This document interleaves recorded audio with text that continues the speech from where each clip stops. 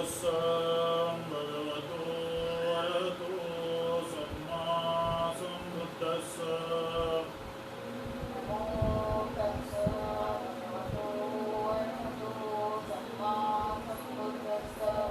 बुद्धं शरणं गच्छामि।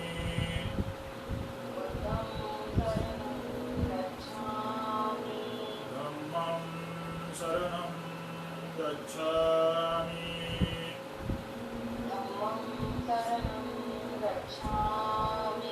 संघं शरणं गच्छामि।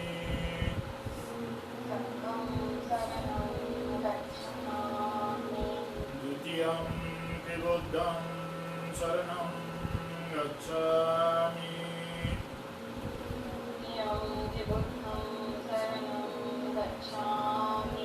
द्वितीयं पि धम्मं शरणं गच्छामि।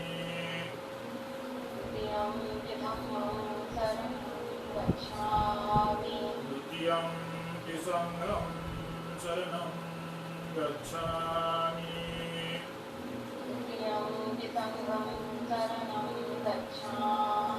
तृतीयं पि बुद्धं शरणं गच्छामि।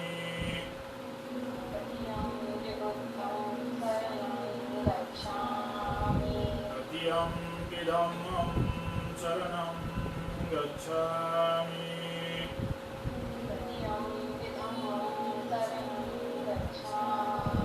तृतीयं पि संघं शरणं गच्छामि।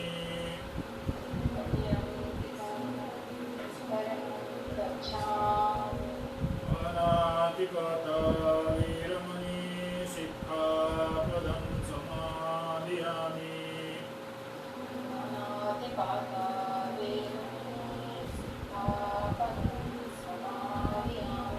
अदिन्नदाना वीरमणि सिक्खापदं समादयामि।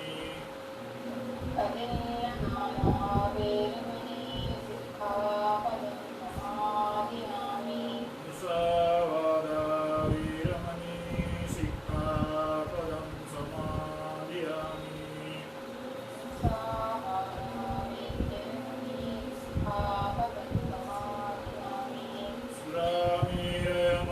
सुरामेरयमज्जपमादटाना वीरमणि सिक्खापदं समादयामि।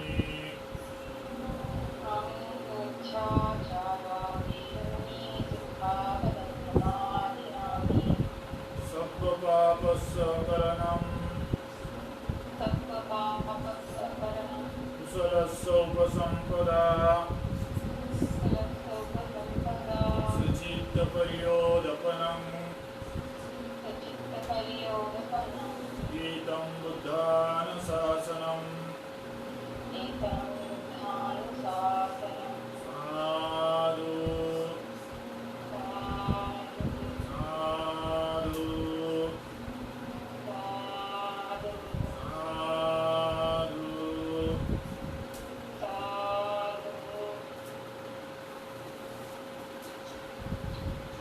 जैसा कि आप सभी जानते हैं कि हर नवंबर में पूज्य आचार्य जी हमें धम्म प्रवचन माला के माध्यम से धम्म प्रवचन प्रदान करते हैं। आज के धम्म प्रवचन का विषय है धम्मदीप और अर्थदीप पाठ 3। पूज्य आचार्य जी से अनुरोध करती हूँ कि वे आज का धम्म प्रवचन शुरू करने की कृपा करेंगे। आज 15 अगस्त भारत का 74वां स्वतंत्र दिवस। आप सबको स्वतंत्र दिवस के उपलक्ष्य में शुभकामना, साधुवाद।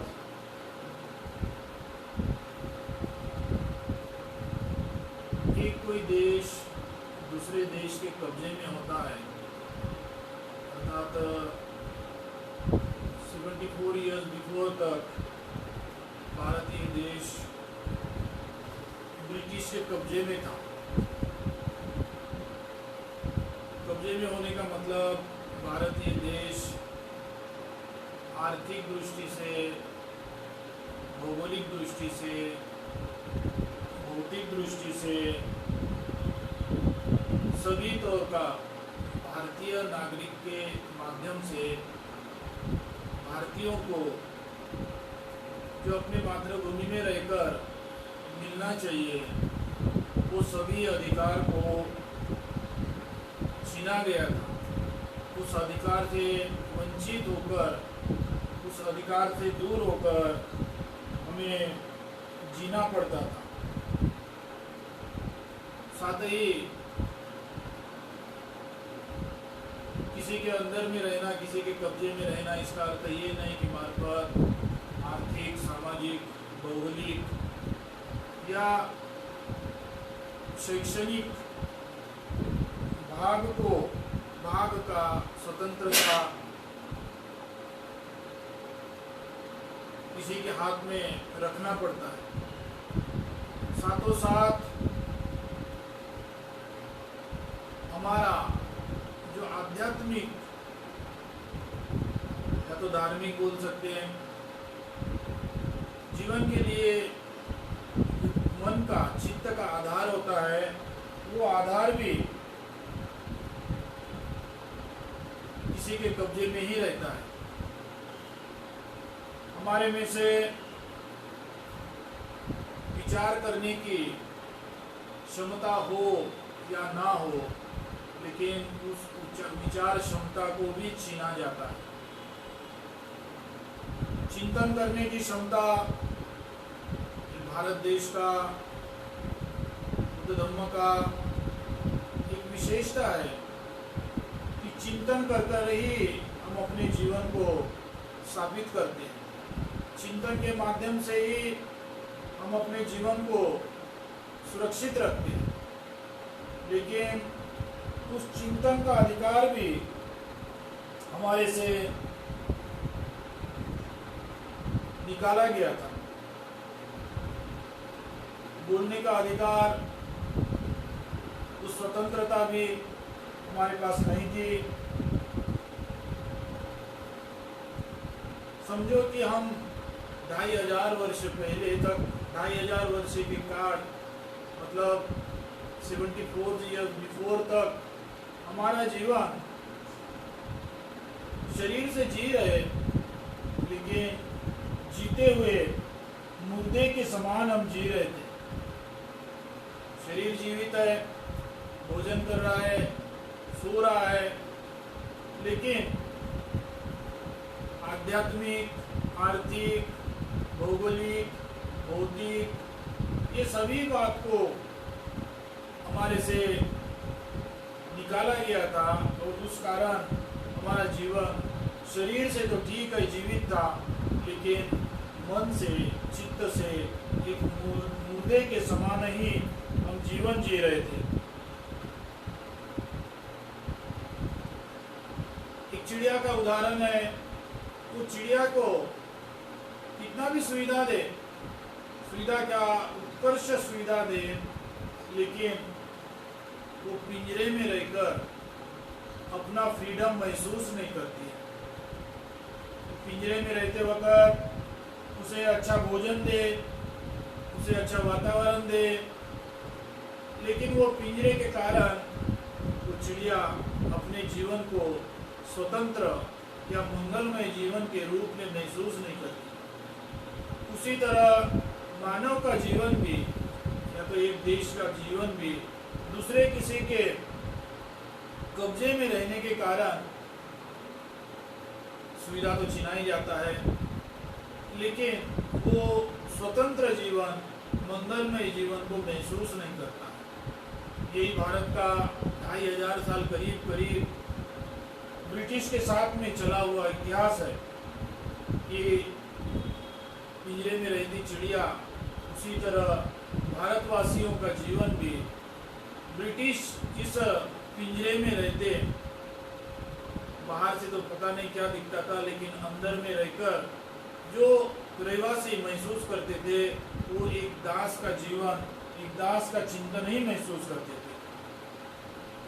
लेकिन 47 ईयर्स बिफोर तमाम लोगों के सैक्रिफाइस जीवन के कारण तमाम लोगों के त्यागमय जीवन के कारण ये भारत 250 साल के दुख को पार कर 250 साल के दुख को पार कर स्वतंत्र हुआ। और आज हम उस स्वतंत्रता को महसूस कर रहे हैं। 250 साल का जो कब्जा था, 250 साल का जो भारत के ऊपर कब्जा था, उस भारत के ऊपर के 250 साल के कब्जे से तो हम स्वतंत्र हो गए, लेकिन 4000 वर्ष से चल रहा भारत के अंदर का जो समस्या है वो आज भी हमें स्वतंत्रता से, सही स्वतंत्रता से वंचित करता है।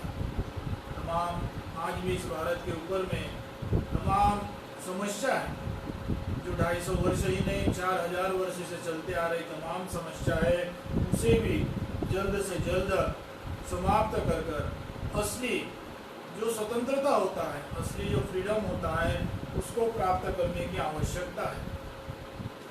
यूनाइटेड नेशन में कहा जाता है, यूनाइटेड नेशन का जो संविधान होता है उसमें कहा गया है कि जिस देश में संविधान हो, जिस देश को नेशनल फ्लैग हो, जिस देश में नेशनल सॉन्ग हो, ये 3 बात के अलावा ये 3 बात संविधान, फ्लैग और सॉन्ग, ये 3 बात नहीं रहती तो उस देश को यूनाइटेड नेशन स्वतंत्र रूप में स्वीकार नहीं करता। यूनाइटेड नेशन ने भारत को स्वतंत्र रूप में स्वीकार किया है, अर्थात ये भारत में संविधान है, ये भारत में नेशनल फ्लैग है, ये भारत में नेशनल सॉन्ग है।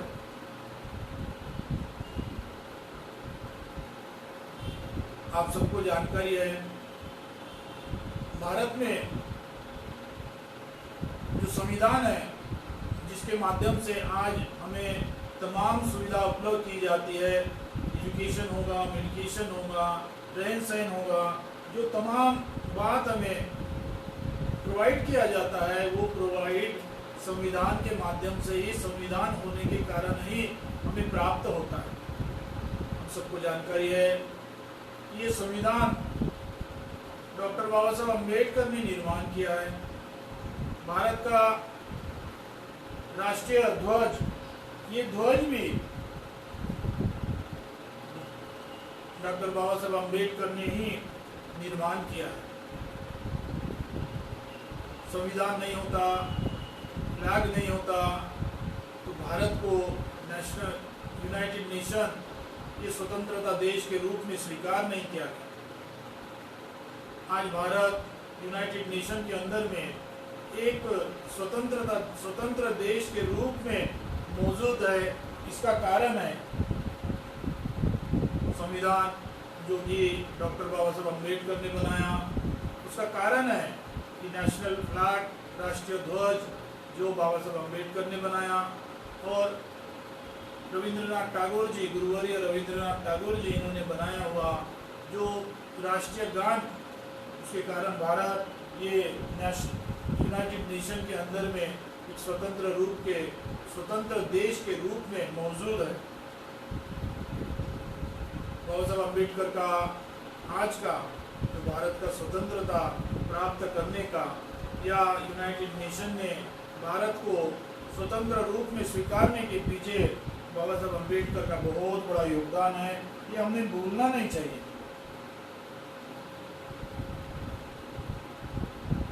एक देश दूसरे देश से स्वतंत्र होता है, जैसा कि अभी हम बात कर रहे हैं, भारत ब्रिटिश से स्वतंत्र हुआ, उसी तरह ये पृथ्वी के ऊपर तमाम देश है जो एक दूसरे देश के अंदर में थे काफ़ी वर्ष, और कुछ वर्ष पहले उनका भी स्वतंत्रता हुआ, वो भी उस कब्जे से निकलकर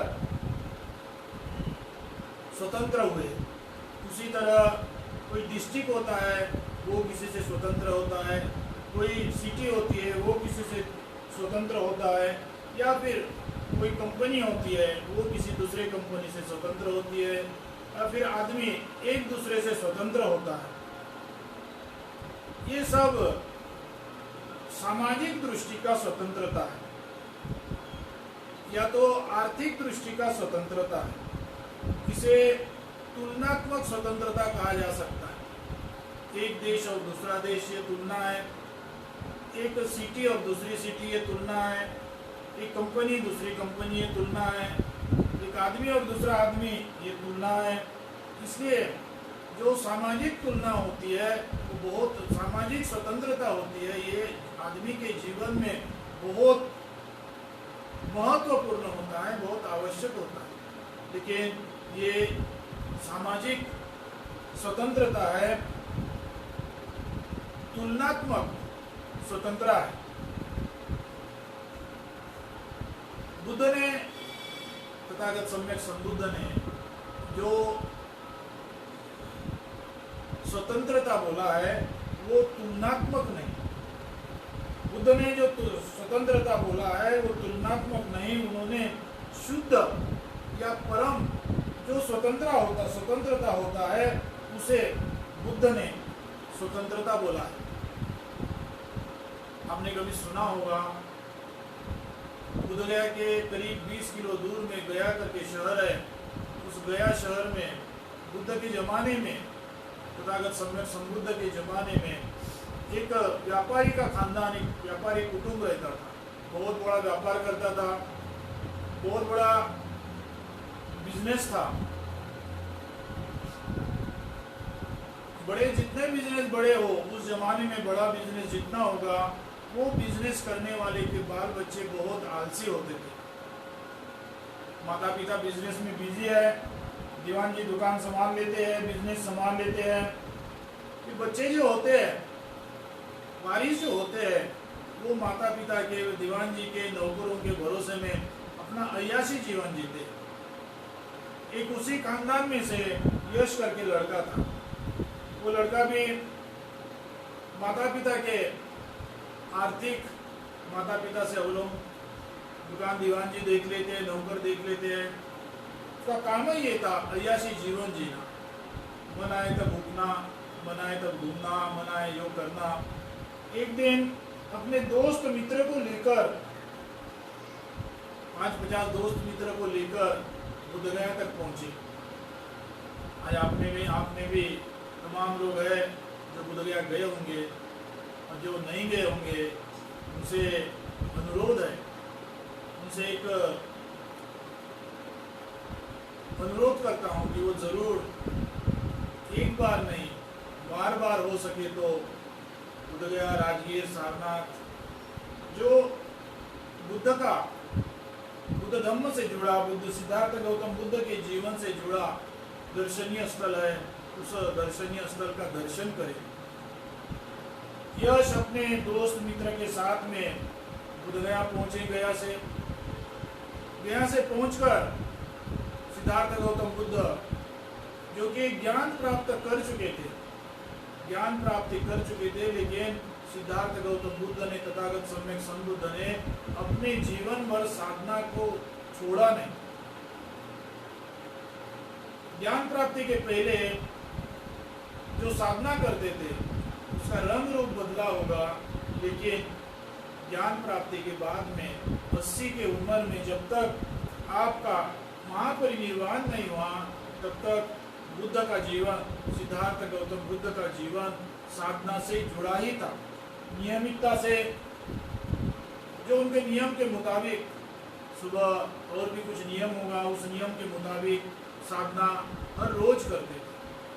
उसी तरह यश जब अपने दोस्त मित्र के साथ में गया है, उस दिन भी सिद्धार्थ गौतम बुद्ध एक जगह में बैठकर साधना कर ही रहे थे। यश ने देखा नहीं कि बगल में सिद्धार्थ गौतम बुद्ध अपने साधना में बैठे हैं। तो उस थोड़ी दूर में अपने दोस्त मित्र के साथ में बैठकर, आज के शब्दों में बोले तो पिकनिक मनाने को लगे। खान पान चलता ही है, नाच गाना चलता ही है। चलते चलते घंटे 2 घंटे हो गए होंगे। शरीर नाच गाने से या अल्कोहल से जो नींद की आवश्यकता पड़ती थी, वो नींद की आवश्यकता को महसूस किए, और जितने भी लोग आए उनको नींद आ गई, वो वहीं सो गए। आधा घंटा, पौन घंटा सबकी नींद, गहरी नींद लग गई। सब सो गए। आधा घंटे के बाद में नींद जब खुली तब यश ने देखा चारों तरफ, तो दोस्त मित्र वैसे ही सोए थे जो रात को हम सोते हैं। लेकिन हर किसी के शरीर में जो गहने थे, किसी के आंख में सोना था, किसी के आंख में चांदी थी, जो उस जमाने में महंगे से महंगे गहने चढ़ाए गए थे शरीर के ऊपर, वो सब के सब चुराए गए थे। हर किसी के आंख, नाक में, कान में, हाथ में, पैर में, गले में जो भी कुछ गहने थे वो सब किसी ने चुरा लिया था।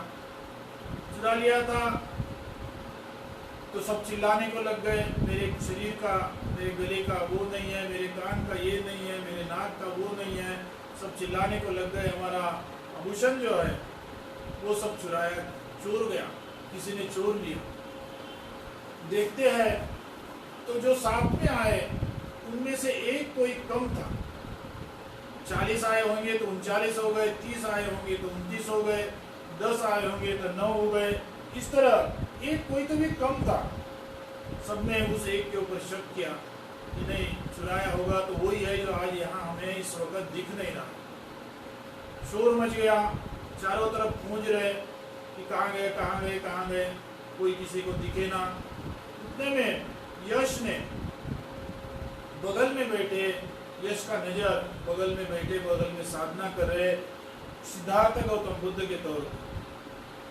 यश को लगा कि सिद्धार्थ गौतम को पूछने से, वो तो जागरूकता से, वो तो प्रबुद्धता से यहाँ बैठे हैं, तो उन्हें पता होगा कि हमारे शरीर में जो चढ़ा हुआ आभूषण था उसे किसने चोर कर लेकर गया। यश सिद्धार्थ गौतम बुद्ध के पास गया, त्रिवार वंदन कर कर पूछने को लगा, तथागत हम ऐसे ऐसे यहाँ आए, आधा पौन घंटा सो गए, तुम्हारे शरीर के ऊपर में जो भी कुछ आभूषण था वो चोर कर, किसी चोर ने चोर कर लेकर गया। हमारा शक है एक हमारे साथ में जो था उसी ने ही चोर कर लेकर गया होगा। तो यश बुद्ध को पूछते हैं कि आपने देखा होगा तो बताइए वो कहाँ गया होगा, हमारे गहने लेकर कहाँ गया होगा। तथागत का शब्द था कि आपको गहने किसकर लेकर गया ये खोजोगे, हो सकता है कि वो किसी दिशा में आपसे चुराया हुआ जो आदमी है आपको मिल जाएगा। वो आदमी मिलने का मतलब ये होता है कि उसके पास में ज़रूरत आपसे चुराया गया वस्तु भी होगी, सोना चांदी जो भी कुछ आपका आभूषण था वो सब उसी के पास में मिलेगा। लेकिन वो चोर भी आपको मिल जाएगा और चुराया गया सामान भी, वस्तु भी आपको मिल जाएगा। लेकिन वो वस्तु मिलने के बाद आपका मन या आपका जीवन शांत होगा या और हलबल मचाएगा।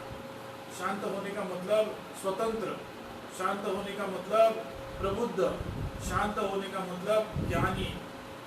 तथागत उस यश से कहते हैं, यश से प्रश्न करते हैं कि तुम्हारा मन जो है, तुम्हारा जीवन जो है वो शांत होगा, तुम्हारा मन, तुम्हारा जीवन स्वतंत्र होगा, फ्रीडम होगा। तो यश थोड़ा देर विचार करने को लगा कि हम लोग जो खोज रहे हैं वो बाहर की बात है। हम लोग जो देख रहे हैं, जो आदमी है वो भी हम मैं नहीं हूँ, वो भी बाहर का है। सोना चांदी का जो आभूषण है वो भी मैं नहीं हूँ, बाहर की ही वस्तु है। जो हम खोज रहे वो अपने अंदर का मामला नहीं, जो हम खोज रहे वो किसी बाहर का ही मामला है। बाहर का मामला खोजकर, बाहर की परिस्थिति को समझकर हम उसे एक्सेप्ट भी करें, अपने कब्जे में भी रखें, तो भी आज एक चिंता से, आज एक फिक्र से हम दूर हो जाएंगे। लेकिन दूसरी चिंता, दूसरी फिक्र हमारे अंदर में निर्माण होगी। इसलिए बुद्ध ने कहा कि आदमी का जीवन सही दृष्टि में स्वतंत्रता से जीना होगा, सही दृष्टि में शांतता से जीना होगा, सही दृष्टि में मंगलमय जीवन जीना होगा। तो हमने बाहर का स्वतंत्रता नहीं, आपस का जो स्वतंत्रता है वो स्वतंत्रता नहीं, हमारे बीच में, हमारे अंदर में जो सही दृष्टि का स्वतंत्रता होगा उस सही दृष्टि के स्वतंत्रता को ही खोजना चाहिए। और उस सही दृष्टि के स्वतंत्रता के लिए ही धम्मदीप की आवश्यकता है। सही मायने की, सही दृष्टि की स्वतंत्रता, सही दृष्टि का आज़ाद हमें चाहिए जीवन में, तो उसके लिए धम्म को दीप बनाने की ज़रूरत है। और उस धम्म के दीप को अपने जीवन का मार्ग बनाकर जिए, उस धम्म के दीप को अपने जीवन बना के जिए, और उस धम्म के माध्यम से अपने आप को दीप बनाकर जिए, तो हमारा जीवन यकीनन जो तुलनात्मक नहीं, एक दूसरे से नहीं, अपने आप में स्वतंत्र होगा, अपना जीवन स्वतंत्र होगा। और सही पैमाने में जो ज्ञान चाहिए, सही पैमाने में जो मंगलमय जीवन चाहिए, वो जीवन प्राप्त होगा। आज 74 ईयर बिफोर हम भारत देश ब्रिटिश से स्वतंत्र हुआ, उसके कारण आज हमारा ये उत्कृष्ट जीवन है। लेकिन साथों साथ हमें अपने अंदर का जो घमंड है, अपने अंदर का जो आसक्ति है, अपने अंदर का राग द्वेष मोह समान तृष्णा है, उस जीवन के दुख से भी स्वतंत्र होने की जरूरत है। और उस जीवन के दुख से स्वतंत्र होने के लिए धम्म को दीप बनाने की जरूरत है। हम मार्फत स्वयं दीप के माध्यम से जिएंगे तो ये अपने जीवन को आसक्ति से दूर नहीं कर पाएंगे, आसक्ति से स्वतंत्र नहीं हो पाएंगे। राग द्वेष मोह इस हमारे अंदर में बसी, हम स्वयं ने निर्माण किया उस दुख से, उस बुरी घटना से हम स्वतंत्र नहीं हो पाएंगे। मानव का असली जो सुख है वो अपने आप से स्वतंत्र होना, उसी में ही अपने आसक्ति से स्वतंत्र होना, अपने राग द्वेष मोह, अपने घमंड से स्वतंत्र होना, इसके माध्यम से ही हमें असली सही शुद्ध स्वतंत्रता प्राप्त हो सकती है। आज के दिन को एक खुशी मनाकर हमारे जीवन का असली स्वतंत्रता भी हम प्राप्त करेंगे, यही आशा करता हूँ। और इसके लिए हम बुद्ध धम्म को अपने जीवन का दीप बनाकर जिएंगे, यही आज के प्रवचन के माध्यम से आपको सूचना देता हूँ। आज वक्त हो गया, आज का प्रवचन यहीं समाप्त करते हैं। नमो बुद्धाय।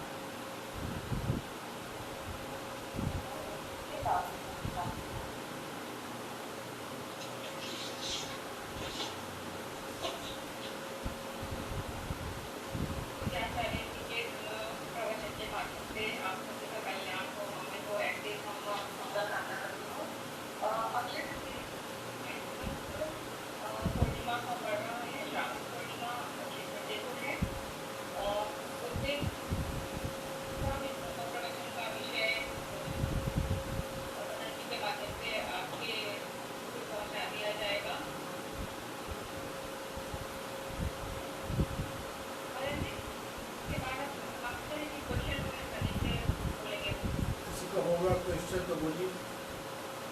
अगर आपसे किसी का भी कोई प्रश्न आपके धर्म प्रवचन से संबंधित होगा तो आप पूछ सकते हैं।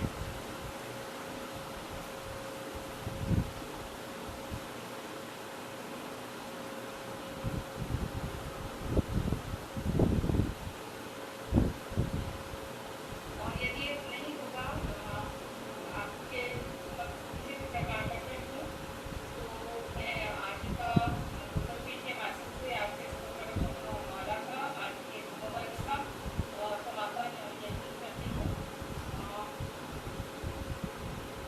आचार्य आशीर्वाद दिलाना बोलूँगा, अपने ग्रहण स्वीकार करना।